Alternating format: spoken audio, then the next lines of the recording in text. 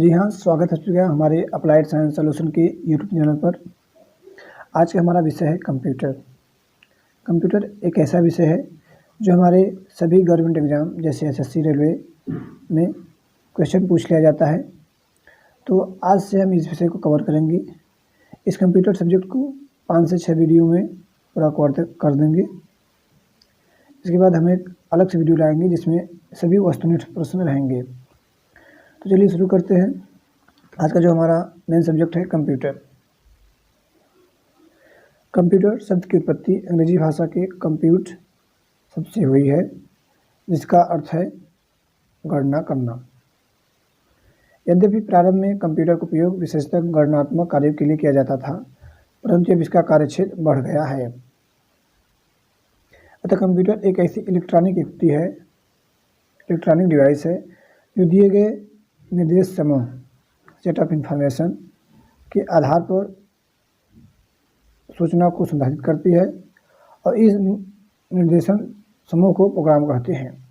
इस प्रकार कंप्यूटर केवल एक गणक कैलकुलेटर ही नहीं बल्कि यह गणितीय तथा अगणितीय सभी प्रकार की सूचनाओं को संसाधित करने के लिए करने वाला उपकरण है।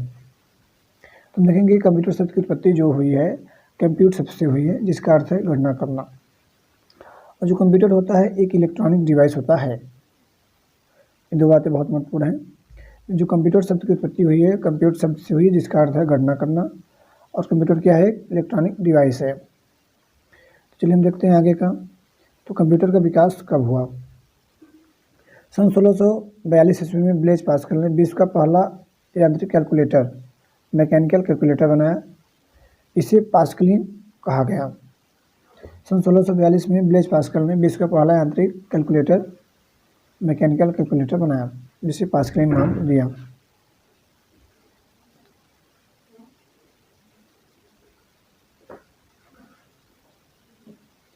(1833) में अंग्रेज वैज्ञानिक चार्ल्स बेबेज ने स्वचालित कैलकुलेटर अर्थात कंप्यूटर की पहली बार परिकल्पना की, पर 40 वर्ष के अधिक परिश्रम के बावजूद भी इसे न बना सके। चार्ल्स बेबेज को आधुनिक कंप्यूटर का जन्मदाता फादर ऑफ मॉडर्न कंप्यूटर कहा जाता है।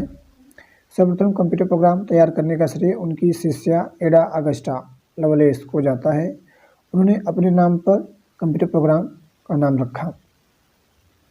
सन 1880 ईस्वी में हार्मन होलोरिथ ने बेबेज की परिकल्पना को साकार किया। उन्होंने एक इलेक्ट्रॉनिक टेबुलेटिंग मशीन बनाई जो पंच कार्ड की मदद से सारा कार्य स्वचालित रूप से करती थी। हार्मन होलोरिथ द्वारा पंच कार्ड के आविष्कार ने कंप्यूटर के विकास में महत्वपूर्ण योगदान दिया। यही पंच कार्ड आज भी कंप्यूटर में प्रयोग किया जाता है। सन 1937 ईस्वी में हार्डन एकिन ने पहला यांत्रिक कंप्यूटर मैकेनिकल कंप्यूटर बनाया, जिसका नाम मार्क फर्स्ट रखा गया। द्वितीय विश्व युद्ध के दौरान सन 1939 से 45 तक कंप्यूटर विज्ञान के क्षेत्र में तेजी से विकास हुआ। द्वितीय विश्व युद्ध के उपरांत आधुनिक कंप्यूटर के सभी प्रमुख सिद्धांतों का विकास हुआ। गणना मशीन के क्षेत्र में प्रथम क्रांति सन 1946 में आई। तब जेपी एकड़ एवं जॉन माल्सी ने विश्व के पहले electronic computer ENIAC first electronic numerical integrator and calculator का आविष्कार किया। इसमें स्विच के रूप में इलेक्ट्रॉनिक वाल्व या वैक्यूम ट्यूब का उपयोग किया गया था। कंप्यूटर के विकास में सर्वाधिक योगदान जॉन वान न्यूमैन का है।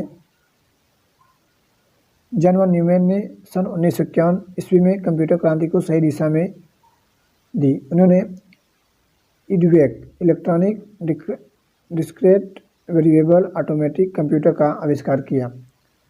इसमें उन्होंने संचयित प्रोग्राम स्टोर प्रोग्राम का इस्तेमाल किया। कंप्यूटर कार्य के लिए द्विआधारी पद्धति बाइनरी सिस्टम का प्रयोग श्रेय जॉन वान न्यूमैन के ही जाता है। कंप्यूटर तकनीक की पीढ़ियाँ।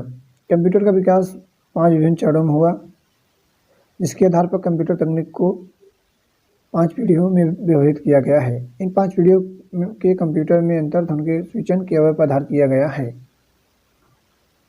तो हम देखेंगे यहाँ पे कंप्यूटर 5 पीढ़ी में है। पहली पीढ़ी, दूसरी पीढ़ी, तीसरी पीढ़ी, चतुर्थ पीढ़ी और 5वीं पीढ़ी। तो जो पहली पीढ़ी थी सन 1940 से 1942 तक चली। इसमें इलेक्ट्रॉनिक मुख्य घटक था इलेक्ट्रॉनिक ट्यूब या वैक्यूम ट्यूब। इसमें मुख्य कंप्यूटर थे EDSAC, EDVAC और यूनिवैक। द्वितीय पीढ़ी सन 1952 से 1964 तक चली, जिसका मुख्य घटक था ट्रांजिस्टर। इसमें मुख्य computer IBM 700, 1401, IBM 1620, CDC 1604, CDC 3600, ATLAS ICL 1901। तृतीय पीढ़ी सन 1964 से 1971 तक चली, जिसमें मुख्य घटक था इंटीग्रेटेड सर्किट।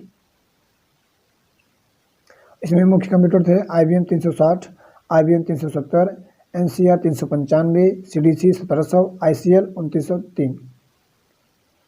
चतुर्थ पीढ़ी चल रहा है 1971 से अब तक, इसमें LCI एकीकृत सर्किट का उपयोग हो रहा है।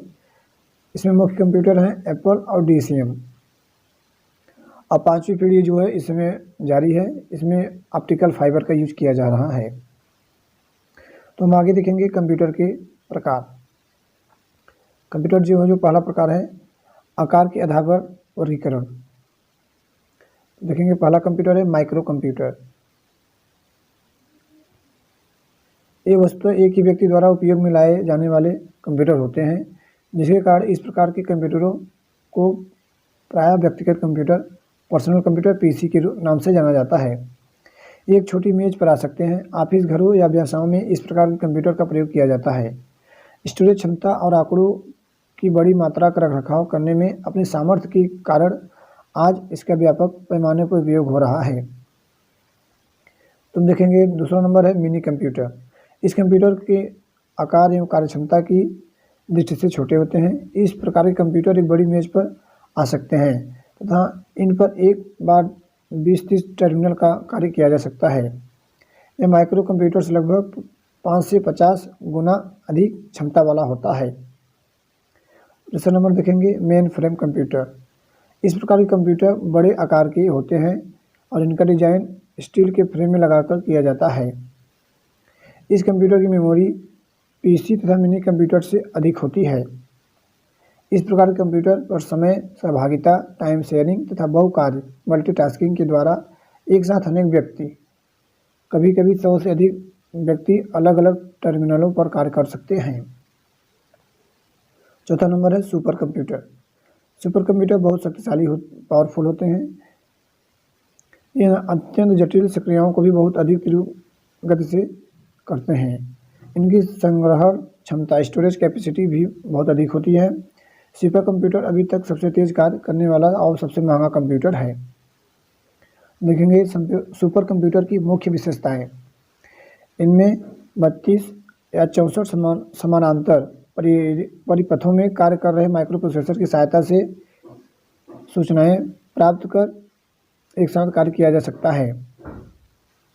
इसमें उच्च भंडारण घनत्व वाले चुंबकीय बबल स्मृति या आवेशित युक्तियों में मैग्नेटिक बबल मेमोरी MBM या चार्ज कपल डिवाइसेस CDCS का उपयोग किया जाता है, जिसके कारण छोटी से छोटी जगह में सूचनाओं का बृहद भंडार संग्रहित किया जा सकता है। इसके आगे देखेंगे, इसके लिए विशिष्ट प्रकार के वातानुकूल एयर कंडीशन की आवश्यकता पड़ती है। सुपर कंप्यूटर की जरूरत तभी होती है जब अनवरत रूप से बदल रहे अनेक आंकड़ों को समानुग्रहित करना होता है। सुपर कंप्यूटर का उपयोग कई क्षेत्र में किया जाता है। मौसम का पूर्वानुमान करने के लिए, अंतरिक्ष में अनुसंधान तथा उपग्रहों के प्रक्षेपण के लिए, कंप्यूटरीकृत परमाणु परीक्षण के लिए। सुपर कंप्यूटर की सहायता से जटिल आंकड़ों को अनुसंधान कार्यों में जटिल प्रोग्रामों की एक श्रृंखला द्वारा विश्लेषण किया जाता है। अब 5वां नंबर देखेंगे हम क्वांटम कंप्यूटर। कंप्यूटर के उपयुक्त प्रकार के अतिरिक्त क्वांटम कंप्यूटर विकास की अंतिम अवस्था में है। यह सुपर कंप्यूटर से भी तीव्र गति से और जटिल से जटिल समस्याओं को सेकेंडों में हल करने में सक्षम होगा। वैज्ञानिकों का कहना है कि यह क्वांटम कंप्यूटर मानव मस्तिष्क से भी उन्नत हो सकता है।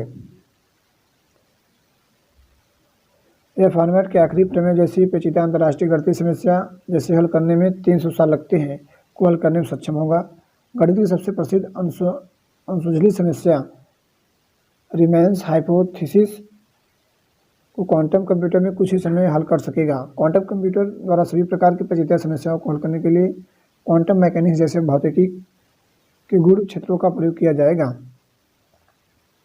क्वांटम कंप्यूटर में बाइनरी बिट्स के स्थान पर क्यू बिट्स का प्रयोग किया जाएगा, जो 0 और 1 का अध्यारोहण है। और हम देखेंगे कंप्यूटर के आकार के आधार पर कंप्यूटर प्रकार हैं इसमें। जैसे माइक्रो कंप्यूटर है, टेलीविज़न सेट के बराबर होता है। इसका जो स्मृति भंडार होता है 256 KB तक होता है। और सीपीयू की गति होती है 1 से लेकर 10 MIPS। उदाहरण है इसके personal computer, home computer, educational computer, electronic diary. दूसरे नंबर पर आता है मिनी कंप्यूटर। मिनी कंप्यूटर का आकार जो होता है छोटी अलमारी जैसा होता है। इसका स्मृति भंडार होता है 256 KB से 80 MB तक। और इसकी सीपीयू की गति होती है 30 MB से 10 MB से 30 MIPS तक। यूज होता है बीमा कंपनी में, बैंक में, उद्योग में और ट्रैफिक में। और तीसरे नंबर पर आता है मेन फ्रेम कंप्यूटर। स्टील के बड़े चौखट के जैसे इसका आकार होता है। इसकी स्मृति भंडार होती है 10 MB से 128 MB तक। और सीपीयू की गति होती है 30 से लेकर 100 MIPS तक। और इसका यूज होता है विमान सेवा में, रेलवे स्टेशन पर। सुपर कंप्यूटर जो होता है विशाल आकार के होते हैं। इसका स्मृति भंडार 52 MB से लेकर 512 MB तक होता है। और सीपीयू की गति होती है 500 MFLOPS। और इसके उपयोग हैं क्राई-1 या सुपर कंप्यूटर में इसका सभी उपयोग होता है, जैसे परम, अनुपम, डीप ब्लू जनरेशन। हम देखेंगे नोट कि केबी का फुल फॉर्म क्या होता है, अक्सर पूछ लिया जाता है। केबी को बोलते हैं किलोबाइट और एमबी को बोलते हैं मेगाबाइट। और MIPS को बोलते हैं मेगा इंस्ट्रक्शन पर सेकेंड। और इसके बाद MFLOPS का होगा मेगा फ्लोटिंग ऑपरेशन पर सेकेंड। तो हमने पहला प्रकार देख लिया। देखेंगे दूसरा प्रकार का कार्य पद्धति के आधार पर वर्गीकरण। तो पहला कंप्यूटर आता है डिजिटल कंप्यूटर। रोज़मर्रा की भाषा में जब हम कंप्यूटर शब्द का उच्चारण करते हैं तो इसका सीधा अर्थ होता है अंकीय कंप्यूटर। ये कंप्यूटर सभी प्रकार की सूचनाओं को द्विआधारी पद्धति में बदलकर अपना कार्य करते हैं। ये सभी प्रकार की गणनाएँ गिनकर जोड़कर करते हैं। ये बहुत अधिक क्षमता से कार्य कर सकते हैं, लेकिन विशेषता यह होती है कि इनकी गणना अत्यंत शुद्ध होती है। इसमें किसी प्रकार की संक्रियाएँ की जा सकती हैं। Analogue computers. एनालॉग एक ग्रीक शब्द है जिसका अर्थ है दो राशियों में अनुरूपता खोजना। एनालॉग कंप्यूटर में किसी भौतिक विधि या राशि को इलेक्ट्रॉनिक परिधियों की सहायता से विद्युत संकेतों में अनुरूपित किया जा सकता है। जिस प्रकार अंकीय कंप्यूटर राशियों को गिनकर कार्य करना होता है, उसी प्रकार अनुरूप कंप्यूटर नापकर अपना कार्य कर सकते हैं। इन कंप्यूटर की मदद से की गई गणनाओं की यथार्थता बहुत अधिक शुद्ध नहीं होती, फिर भी 99% तक शुद्धता प्राप्त की जा सकती है। और तीसरे नंबर पर आता है हाइब्रिड कंप्यूटर। हाइब्रिड कंप्यूटर इस प्रकार के कंप्यूटर में अंकीय अनुरूप दोनों कंप्यूटर की विशेषताओं का फायदा उठाया जाता है। इसका उपयोग स्वचालित उपकरणों में बहुतायत किया जाता है। इस प्रकार का एक उपकरण रोबोट है जिसकी सहायता से आजकल कई कार्य स्वचालित रूप से किए जा रहे हैं। और चौथा कंप्यूटर है प्रकाशीय ऑप्टिकल कंप्यूटर्स। पंचम पीढ़ी के कंप्यूटर के विकास के क्रम में इस प्रकार के कंप्यूटर बनाए जा रहे हैं जिसमें एक दूसरे को जोड़ने का कार्य ऑप्टिकल फाइबर के तंतु से किया गया है एवं गणना अवयव प्रकाशीय पद्धति पर बनाए गए हैं। और पाँचवें नंबर पर आता है एटॉमिक कंप्यूटर। कार्नेगी विश्वविद्यालय ने ऐसे परमाणु कंप्यूटर पर अनुसंधान जारी किया है जो कि किसी खास प्रोटॉन परमाणुओं को एकीकृत परिपथ में बदल दे और कंप्यूटर को इतनी अधिक स्मृति क्षमता प्रदान कर दे कि ऐसा कंप्यूटर आज तक के कंप्यूटर के 10,000 गुना क्षमता वाला हो जाए। तो फ्रेंड, आज के लिए बस इतना ही। अब इसके बाद हम नेक्स्ट वीडियो में लाएंगे इसके आगे कंप्यूटर कार्य और कंप्यूटर की इकाइयाँ। तो बस इतना ही। Thank you so much.